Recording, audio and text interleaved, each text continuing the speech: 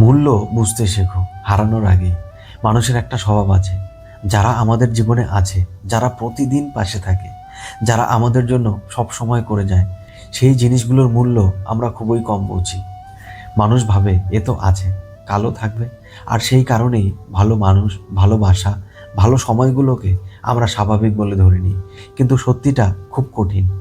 যখন কিছু হারিয়ে যায় তখনই আমরা বুঝতে শিখি ওটা আমাদের জন্য কতটা প্রয়োজন ছিল।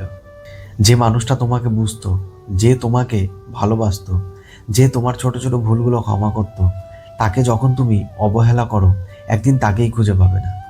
জীবনে সব কিছুর একটা সময় আছে। সময়ে মূল্য দিতে পারলে সব কিছু সুন্দর হয়, আর সময়ে মূল্য দিতে না পারলে সব কিছুই ফিকে হয়ে যায়। মনে রেখো, মূল্য কখনো হারিয়ে যাওয়ার পরে বুঝে লাভ নেই, তখন ফিরে পাওয়ার সুযোগ থাকে না। তাই যা আছে, যে মানুষটা তোমার জীবনে এখনো আছে, যে সম্পর্কটা টিকে রয়েছে, যে ভালোবাসা এখনো নিভে যায়নি, আজই তার কদর করো। কারণ মূল্য বোঝা একটি প্রতিভা নয়, একটি পরিপক্কতার লক্ষণ। হারানোর আগেই বোঝো, না হলে বোঝার পর শুধু আফসোসেই থাকবে।